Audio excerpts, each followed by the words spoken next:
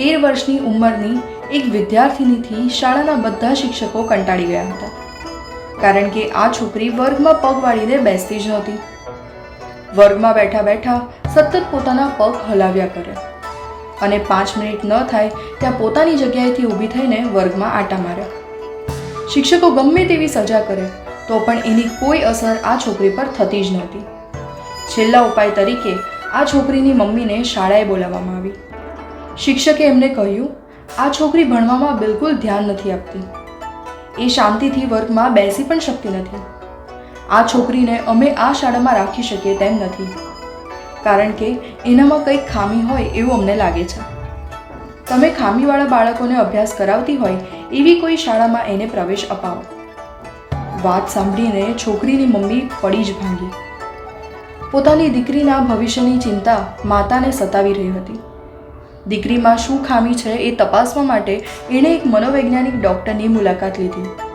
ડૉક્ટરે નાની છોકરીની બધી જ વાત ધ્યાનથી સાંભળી અને એનું નિરીક્ષણ કર્યું. છોકરી શાંત બેસી રહેવાને બદલે એના પગ હલાવતી હતી અને વારે વારે ઊભી થતી હતી. ડૉક્ટરે એની ચેમ્બરમાં રહેલો રેડિયો ચાલુ કર્યો અને છોકરીને ડાન્સ કરવા માટે પ્રોત્સાહિત કરી. થોડી જ વારમાં 13 વર્ષની ઉંમરની આ છોકરી કોઈ પણ જાતની તાલીમ વગર અદ્ભુત ડાન્સ કરવા લાગી. ડૉક્ટરે છોકરીની માતાને કહ્યું, તમે કોઈ ચિંતા ન કરો. તમારી દીકરી ખામીવાળી નહીં પણ ખૂબીવાળી છે. ભગવાને એનામાં નૃત્ય કળા ઠાંસી ઠાંસીને ભરી છે.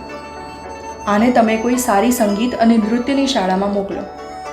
ડૉક્ટરના સૂચન પ્રમાણે એ છોકરીને એક સારી નૃત્ય શાળામાં મૂકવામાં આવી અને યોગ્ય તાલીમના કારણે આ છોકરી ન કેવળ પોતાના શહેરમાં પરંતુ સમગ્ર વિશ્વમાં પ્રસિદ્ધ બની ગઈ.